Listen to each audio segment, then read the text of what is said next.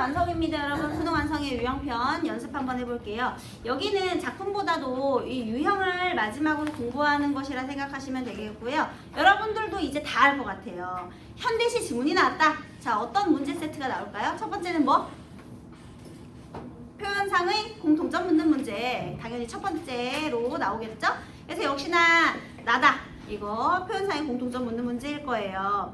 만약에 이렇게 문학 이론을 소개하는 것이 가로 나올 수도 있고요. 아니면 이게 보기, 문제 속에 보기로 딸려 들어갈 수도 있죠, 여러분. 예를 들면 4번 문제 같은 경우가 가를 통해 나다를 감상해라. 그게 이제 4번에 보기가 제시되면 똑같은 문제 유형인 거예요. 이거는 뭐냐면요. 문학 이론을 준다는 건 문학 작품 감상의 근거를 제시한다는 거거든요. 우리 그런 걸 외적 준거라고 해요. 그래서 감상의 기준을 제시해 준 다음에 그걸 통해서 이 작품을 감상할 수 있겠니? 감상 능력 평가하는 내용이 되겠습니다. 이 문제도 빠지지 않고 등장하죠. 이렇게 가라는 문학 이론으로 제시를 하든 아니면 보기 속에 들어가 있든 그래서 그 외적 준거를 작품 속에 적용할 수 있는가 보통 3점짜리 문제로 나오는 그런 문제 유형이 되겠습니다. 그쵸? 그러면 얘는 그 보기 또는 외적 준거의 내용을 열심히 읽어야 되는 것이고요. 자, 나머지 문제는 시 구절의 의미가 되겠는데요. 여기 평가원에서 지금 얘기하고 있는 포인트는요. 자의적인 해석에 따라 오답을 피해야 한다. 선생님이 항상 얘기하죠. 니네 생각대로 문제를 풀면 다 틀린다고. 그래서 항상 뭐 해야 돼요? 본문의 앞뒤 맥락에 따른 해석을 해야 되는 거예요. 그래서 왜? 얘기하잖아요. 본문 속에 답이 있다. 본문을 열심히 봐라. 그래서 앞뒤의 문맥적인 의미로 파악을 해야지 본인의 생각으로 판단을 하면 안 된다. 그런 얘기입니다. 그래서 세트 구성은 현대시 세트 구성은 항상 그렇게 되어 있고요. 자, 일단은 그 가에 있는 내용은요. 우리 이미지에 대한 내용인데요. 감각적 이미지와 비유적 이미지 이렇게 두 개를 드러내 있는 건데요. 한번 본문 읽어보겠습니다. 무슨 내용인지 문학 이론이니까. 시에서 이미지란 주로 감각을 통해 재생되는 심상을 의미하지만 이미지는 감각적인 것만으로 한정되지 않는데 이러한 대표적인 이미지들의 예시로는 감각 이미지와 비유 이미지가 있다.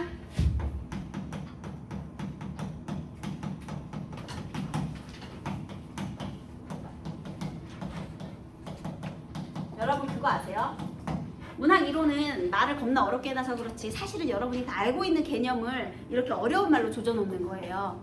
그래서 뭐는 무슨 말인지 모르겠어 할 때 있잖아. 왜 이렇게 설명이 왜 이렇게 어려운 거야 할 때는요. 그냥 여러분이 알고 있는 걸로 얘는 그냥 비유, 얘는 그냥 심상. 우리 감각 알고 있는 거 있죠. 감각적인 이미지, 시각, 청각, 촉각, 후각, 미각, 그리고 공감각 그거 말하는 거야. 그 다음에 여러분 비유라는 말의 의미가 뭐예요? 비유는 뭘 비유야? 무엇에 빗대는 거죠? 원관념을, 보조관념에 빗대는 게 비유잖아 얘들아. 그치? 그러면 매개 언어가 있으면 무슨 법? 직유법, 매개 언어 없으면 은유법 이렇게 되는 거잖아요. 매개 언어가 뭐뭐인 듯, 뭐뭐있냐, 뭐뭐처럼, 뭐뭐 같은 이런 것들. 그래서요 원관념을 보조관념에다가 연결하는 게 비유예요. 그래서 이런 기본 개념을 그냥 이렇게 어렵게 설명해 놓은 거야. 그럼 다시 볼까요? 쉽게 생각하세요. 감각 이미지는 감각기관 중심의 시, 청, 후, 미, 촉 그리고 공감각 이미지로 나눌 수 있어요. 예를 들어주네요. 좁은 들길에 들장미 열매 불거. 얘들아 들장미 열매 불거 요거 무슨 심상이에요? 시각. 발목이 시리도록 밟는 데요. 발목 시리대요. 이건 뭐예요? 촉각. 그래서 색채를 바탕으로 한 시각 이미지나 촉각을 활용한 이미지를 찾아본대요. 또 30년대 이미지즘 운동에서 알 수 있듯이 회화적 요소가 극대화된 시각 중심의 감각 이미지는 현대 이미지의 핵심이며 얘들아 당연히 모든 오감 중에서 가장 중심이 되는 건 시각이겠죠. 그렇죠? 그래서 시각적 이미지가 또 굉장히 중요한 부분을 차지하게 되고요. 감각뿐 아니라 대상에 대한 주관적인 인식 또는 정서적 반응을 동반하게 되었다. 당연히 감각만 드러내면 안 되고요. 그 감각을 통해서 어떤 반응을 드러내느냐 여기까지 연결하래요. 더불어 시각 이미지는 그림을 그리듯 공간적 장면을 하나의 화면처럼 보이도록 표현하기도 하고요. 그게 이제 회화적이라는 거죠. 또 이러한 화면들이 모여 청각, 촉각의 다양한 감각 이미지들과 연결하여 운동성 있는 장면으로 형상화되기도 한대요. 자, 그 다음 비유 이미지. 시에서 시인이 원관념에 해당하는 정서관념을 직접 토로하는 것이 아니라 보조관념을 통해 간접적으로 구체화. 사실 여러분 시는 형상화하는 거예요. 무엇을 형상화하죠? 정서를 형상화하는 거예요. 그래서 문학에서 시는요. 운율이 있는 언어로 압축하여 정서를 형상화한 문학이잖아요. 정서는 눈에 보이지 않는 관념적인 것이기 때문에 그것을 구체화하는 것이 형상화하는 거예요. 그러면 시의 형상화 방법을 얘기해 주는 거야. 얘는 감각으로 형성하는 거고 얘는 보조관념으로 형성하는 거죠. 이 간단한 얘기를 시의 형상화 방법을 이렇게 돌려서 얘기하는 겁니다. 그래서 예를 들어 봄은 고양이로다. 아 벌써 제목부터 봄 이꼴 고양이 은유법이죠. 원관념 봄, 보조관념 고양이. 그래서요 원관념인 봄을 고양이의 털, 눈, 입술, 수염과 연관지어 봄의 분위기를 형성해요. 이 작가가 생각하는 봄은요 바로 고양이래요. 왜냐하면 일단 금방울과 같이 호동그란 고양이의 눈에 미친 봄의 불길이 흐른대요. 고양이의 눈을 보면서 미친 봄의 불길을 떠올렸고요. 그래서 봄의 생동감이죠. 여러분 혹시 정중동이라는 말 들어보셨나요? 얘는 또 정중동의 세계관과도 연결이 되는데요. 고양이의 눈 멈춰있죠. 그런데 그 눈동자 안을 보니까요. 고양이의 눈이 어떻게 되어 있죠? 세로로 찢어져 있잖아요. 그래서 이 동그라미 안에 세로로 찢어진 요 고양이의 눈을 보면서 멈춰있지만 안에는 미친 불길이 흐르고 있대. 이글이글. 정중동 되겠습니다. 그런 이미지를 우리 봄이라고 생각했대요. 또 고양이의 수염에 푸른 봄의 생기가 뛰놀아라. 요 수염을 보면서 푸른 봄의 생기를 또 느꼈고요. 또 이처럼 시어 자체가 비유 언어이기 때문에 비유 이미지는 보조관념으로서 시 전편의 정서나 심리적인 의미를 환기하게 된대요. 그런데 맥락과 상황에 따라 여러분 여기 맥락과 상황에다 네모하세요. 사실 시에서 이게 제일 중요하죠. 이 비유적이라는 건 맥락과 상황에 따라 다르다라는 얘기를 하고 싶은 거예요. 예를 들어 가시를 가졌다 라는 표현은요 앞에 장미가 붙는다면 자 가시를 가졌다 여기 앞에요 장미는 가시를 가졌다 이게 될 수 있고요. 또는 아름다운 가시를 가졌다 이렇게 될 수 있대요. 얘들아 장미는 가시를 가졌다 해서 이 가시가요 장미가 가시를 가졌다 이렇게 해석하면 얘는 상징적인 의미가 있나요? 그냥 사실 표현이죠. 장미 가시 있잖아. 그치? 그런데 아름다운 가시라는 표현을 썼어요. 그러면 아름다운 가시, 뭔가 아름다워 보이지만 사실 그 안에는 뭔가 위험한 요소가 있다 라는 심리적 이미지를 드러내는 거잖아요. 그럼 얘는 비유가 되는 거죠. 얘는 사실이 아닌 비유가 되는 거지. 그러니까 여기 평가원 놈들이 하고 싶은 말은 뭐예요? 문맥적 의미를 앞뒤 관계로 한번 상황과 맥락을 파악해봐라. 그렇게 해야 답을 맞출 수 있다. 이 얘기를 이렇게 굉장히 우아하게 해놓으신 거예요, 여러분. 이미지를 개념상 감각 이미지와 비유 이미지로 구분하지만 사실상 두 이미지가 중첩되어 사용되는 경우도 많다. 그죠? 감각과 비유가 같이 드러날 수 있어요. 또 신체 감각에 의해 자각된 감각의 이미지가 시인이 드러내고자 한 정서나 관념을 비유적으로 표현하여 함축적 의미를 담고 있는 경우 이미지 중첩이라고 얘기하는데요. 예를 들면 황금의 꽃같이 곱고 빛나던 옛 맹세에 여러분 황금의 꽃같이 있잖아요. 어떤 게 원관념이죠? 맹세. 보조관념은요? 황금의 꽃 되겠죠? 지급법이잖아요. 그러니까 비유 이미지 있죠? 그 다음에 어떤 감각의 이미지가 돼요? 황금의 꽃이니까 시각적 이미지가 있네. 그러니까 황금의 꽃이라는 보조관념도 있지만 시각적인 이미지도 있네. 이게 이미지 중첩이라는 거예요. 어려운 거 아니에요, 여러분. 그냥 비유적인 표현이랑 감각적 표현이 같이 사용되면 이렇게 쉽게 생각하시면 되겠습니다. 알죠? 자, 이육사의 교목 보겠습니다. 이걸 한번 이 작품에 적용해봐라라는 건데 얘들아 일단 이육사 시의 특징이 뭐지? 이제 알고 있는 거 다 정리해봐. 뭐죠? 의지적이고 저항적이다. 그리고 또 그 시에서 보이는 특징. 선생님이 얘 이황 후대손이라고 했잖아요. 직계손이에요. 그래서 얘 시에 어린 시절부터 한화 교육을 받았기 때문에 어떤 특징이 있죠? 한시의 영향을 받아서 시행의 배열이 보통 깔끔하죠.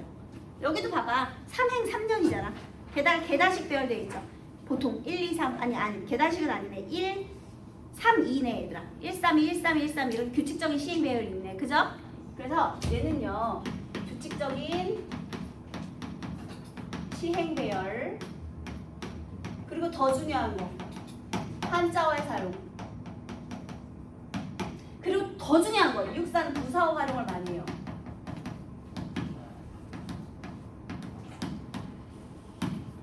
부사는요 문장에 꼭 필요한 성분은 아니지만요 보통은 용언을 서술하잖아. 그러면 용언은 주어의 동작이나 주어의 상태를 드러내잖아요. 그러면 그 상태를 더욱더 잘 강조하는 효과가 있어요. 그치? 그러니까 부사어를 활용하면 정서를 강조하는 효과가 있겠죠. 화자의 정서를 강조하는 효과.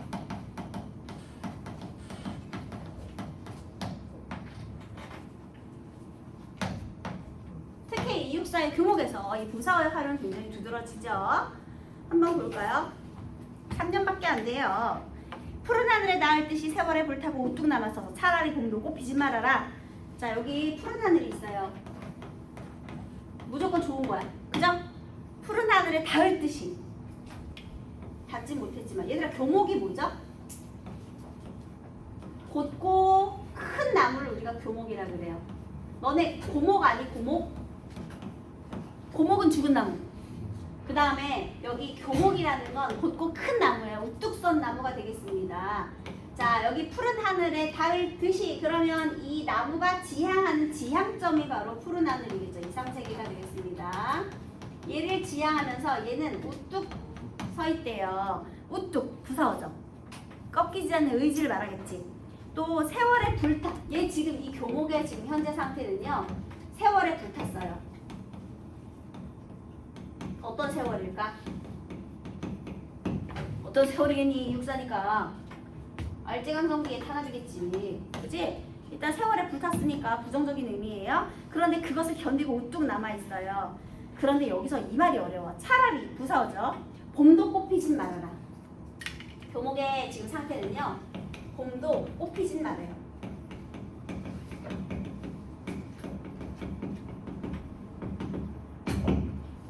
여러분 봄에 꽃 피는 건 좋은 거야 안 좋은 거야? 좋은 거야. 근데 왜 봄에 꽃도 피지 말라 그래?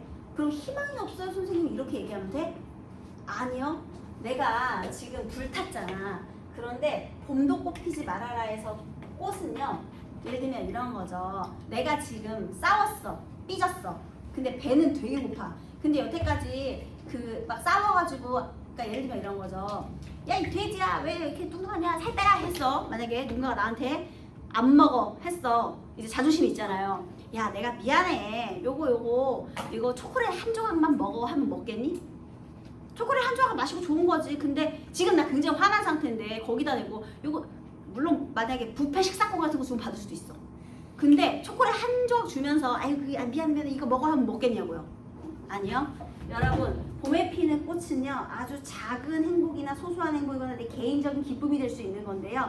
지금 나 개인적인 기쁨 따위 필요 없다는 거예요. 왜냐하면 이 세월에 불탔기 때문에 세월을 해결해야지 지금 나를 작게 위로하고 유혹하는 이런 즐거움 필요 없다는 겁니다. 그러니까 봐봐요. 이 봄에 피는 이 꽃은요 개인적인 기쁨 이런 것도 필요 없다는 거예요.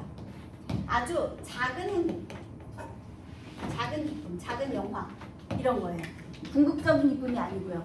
이런 것도 필요가 없다. 그래서 꽃피진 말아라. 부정형, 종결 이것을 통해서 아주 단호한 의지를 강조하고 있죠. 아주 작은 거만 필요 없어 이렇게 되는 거죠. 그러니까 아주 작은 것에도 굽히지 않겠다는 신념을 강조한 거예요. 낡은 거미집을 휘두르고 여러분 게다가 지금 세월에 불탔는데 여기에 지금 뭐가 있는 거예요 여러분? 이 나무를 괴롭히는 또 뭐가 있어? 뭐가 있나요? 거미입니다. 낡은 이 나무에 낡은 거미가 와가지고 지금 거미가 와서 새 둥지를 쳤대요. 얘네들 또 누구겠니? 일제겠지. 이 나무를 침범했잖아 거미가 와서. 그래서 이 낡은 거미집도 얘들아 휘둘렀대. 이것도 없애버리겠다는 의지죠. 휘두르고 끝없는 꿈길에 혼자 설레이는 끝없는 꿈길은 무엇일까요? 이 나무는 생각해요. 저 푸른 하늘에 있는 꿈길을 생각하죠. 광복이겠지? 그죠? 아니면 저 푸른 하늘로 가는 것이겠죠? 그래서 꿈길에 혼자 설레이는 마음은 아예 뉘우치만이어라. 얘들아 내가 지금 뭔가를 했으니까 불탔겠지. 게다가 거미가 나를 침범했겠지. 하지만 나 뉘우침 있어 없어? 없어. 뉘우침 아니다. 역시나 절대 후회와 신념 따위 없다. 이렇게 뉘우침이 아니라 이렇게 부정형 종결로 끝을 맺고 있어요. 그래서 굽힐 수 없는 신념. 그 다음에 후회 따위 없다. 강하게 얘기를 하고 있죠. 검은 그림자 쓸쓸하면 게다가 지금요 여기 세월에 나를 불태우는 세월이 있죠. 낡은 거미집도 있죠. 게다가 지금 검은 그림자까지. 내가 푸른 하늘을 봐야 되는데 어디선가 침범해오는 뭐가 있어? 검은 그림자가 있는 거야. 이 검은 그림자도 뭐겠어요? 암담한 시대여셔야 되겠죠? 검은 그림자 쓸쓸하면 자 그래서 마침내 내가 검은 것에 잠식당할 위기에 처했다. 그러면 나 어떻게 하면 돼? 마침내 호수 속에 거꾸라져. 얘들아 여기서 호수는 어떤 의미를 가지고 있을까요? 호수가 가지는 여러 가지 상징적인 의미가 있는데 그 중에서 호수는 고인물이고 잔잔해요. 그래서 무슨 상징적인 의미가 있을까? 일단 나무가 호수에 거꾸라지면 나무 어떻게 되죠? 죽은 거지. 그러면 호수는 죽음의 의미를 가지겠네. 자 보세요. 마침내 검은 그림자가 쓸쓸했을 때 마침내 호수 속 깊이 거꾸러져 차마 바람도 흔들진 못해라. 내가 이 검은 그림자와 바람을 피하기 위해서 어디로 가는 거야? 호수로 가는 거야. 어떻게 하겠다는 거죠? 죽겠다는 거죠. 이 그나마 호수는 푸른색일 거 아닙니까? 그러면 최소한 이 바람은 나를 흔들진 못하겠죠. 차라리 죽을지언정 절대 굽히지 않겠다는 거죠. 흔들리지 않겠다는 거죠. 바람에 흔들리지 않고 그냥 되져버리겠다는 거지. 그죠? 그래서요 여기서 차마 바람도 흔들진 못해라.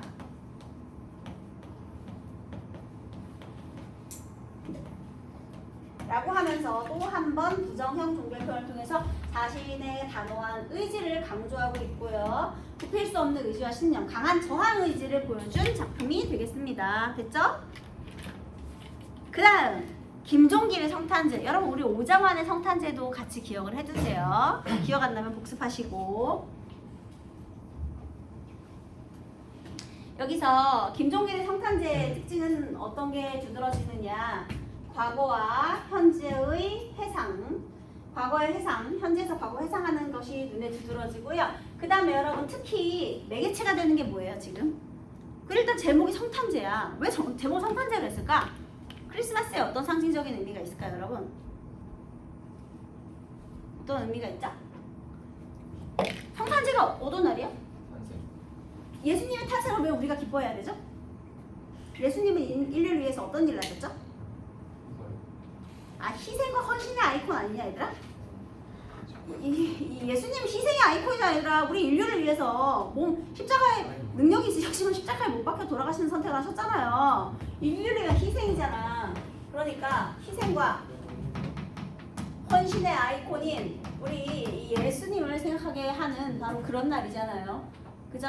그래서 성탄제는 단순히 내 개인의 아버지의 사랑이 아니라 이 세상 모든 아버지의 사랑으로 확장시키는, 주제의식을 확장시키는 기능을 해요. 왜? 성탄제니까. 이 모든 인류에게 바치는 시라는 거죠. 이 세상 모든 아버지들에게 바치는 시입니다. 자 그럼 한번 볼까요? 어두운 방 안에 빨간 숯불이 피고. 자 지금 내가요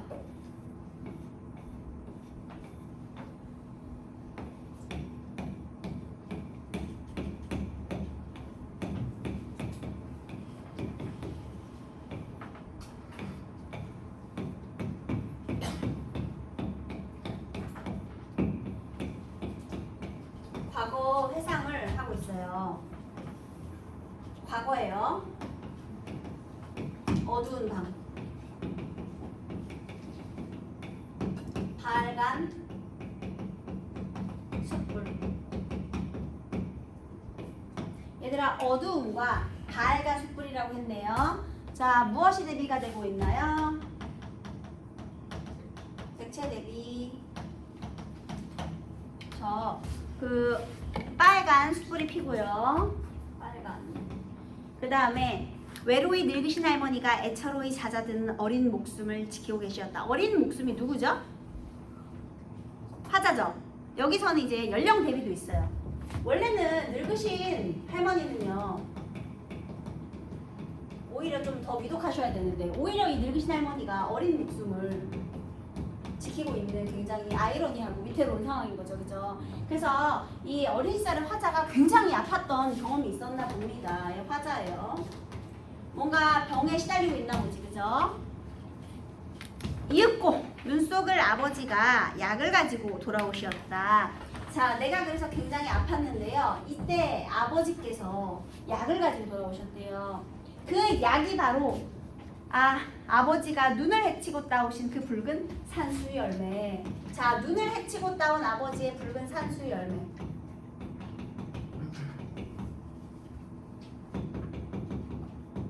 혹시 한의학과 가고 싶으신 분 있나요? 산수 열매의 효능은요, 해열작용이 있다고 합니다, 여러분. 근데 겨울에 산수 열매를 따기가 얼마나 힘들었을까요? 게다가 산속에 들어가서 눈이 오는데 그 눈을 따치고 이렇게 산수 열매를 구해왔다, 저녁에. 자, 이 산수 열매는 바로 누구의 사랑일까요? 그렇지. 아버지의 사랑, 구성이에 대한 내용이죠. 아버지의 사랑과 그 다음에 희생, 헌신, 이런 의미를 가지고 있는 것이죠. 게다가 여러분, 눈 무슨 색입니까? 흰색이요. 그래서 흰색도 색채 대비, 이렇게 대비를 이루고 있어요. 얘도 색채 대비예요. 그리고 이거는 영탄이죠. 그래서 붉은 산수 열매, 우리 여운을 주기 위해서 대시까지. 그 다음에요, 나는 한 마리 어린 짐승. 얘들아, 나는 한 마리 어린 짐승 무슨 법? 은유법이네. 어린 짐승은 보통 이렇게 보살핌을 받아야 되잖아요. 그러니까 내가 보살핌을 받아야 되는 굉장히 연약한 존재라는 걸 강조하는 거고요. 젊은 아버지의 서늘한 옷자락에 열로 상기한 볼을 말없이 부비는 것이었다. 얘들아, 여기도요, 아버지의 서늘한 옷자락, 열로 상기한 볼.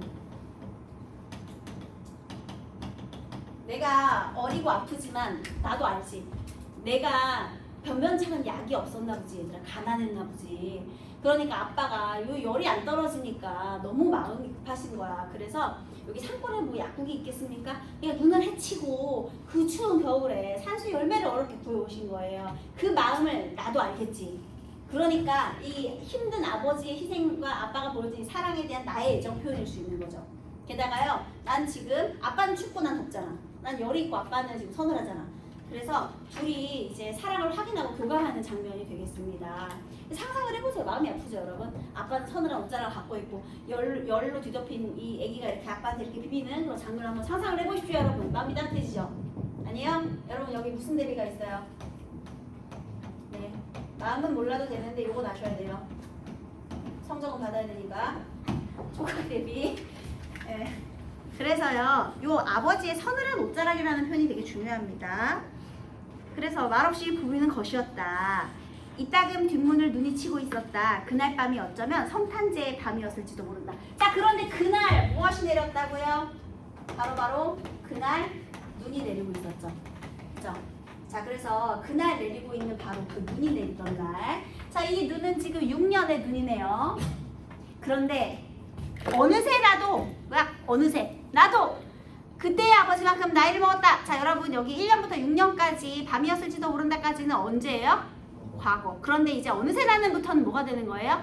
현재가 되죠. 그때의 아버지만큼 나이를 먹었다. 이제 좀 자라났어요. 옛것이라고는 찾아볼 길을 없는 성탄제에 가까운 도시에서는, 자, 여기는 누가 봐도 과거는 시골이었다는 걸 알 수 있죠. 그런데 현재는 도시고요. 여기서 옛것이라고는 찾아볼 수가 없대요. 옛것은 뭐냐? 이렇게 불편함을 감수하고 순수하게 사랑을 나눌 그런 것이 없다는 것이고요. 옛것은 굉장히 순수한 전통적인 것이고요. 이것이 없잖아요. 그래서 이 부분 때문에 뭐 문명 비판적이다 이런 얘기도 틀린 말은 아닙니다. 너무 확대 해석한 것 같은 느낌이 있지만 어쨌든 문명 비판적이다가 틀린 말은 아니죠. 자, 그 다음에 여기에서 과거와 현재, 그 다음에 도시와 시골이라는 공간적인 대비도 있어요. 옛것이라고는 없는 성탄제 가까운 도시에는 그 반가운 옛날의 것이 내리는데, 여러분, 그 반가운 옛날의 것 한 글자로 뭐예요? 눈이죠?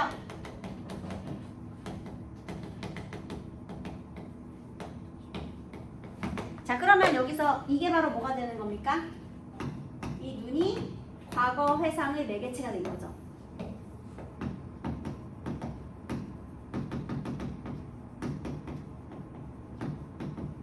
아마 이런 어렸을 때 이런 경험이 있으면 이게 잊혀지지 않는 아주 중요한 기억일 거예요. 그쵸?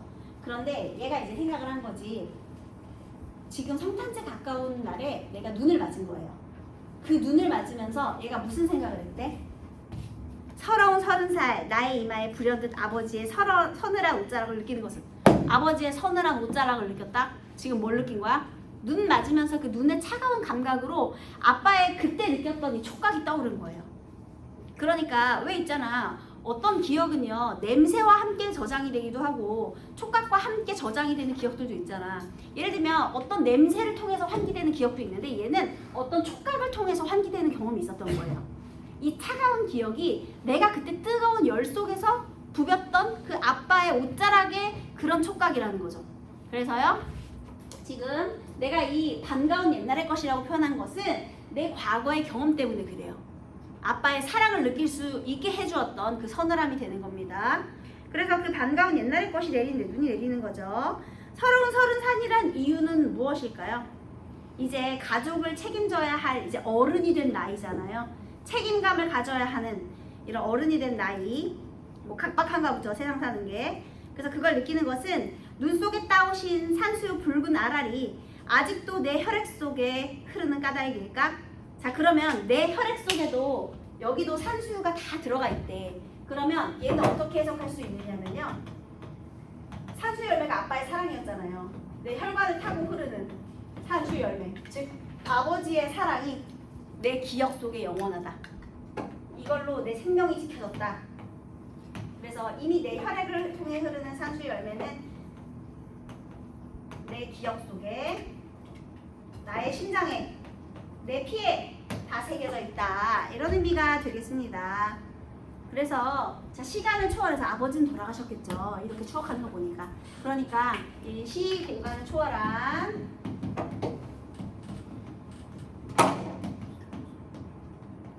초월해서 남아있는 우리 아버지의 사랑 되겠습니다.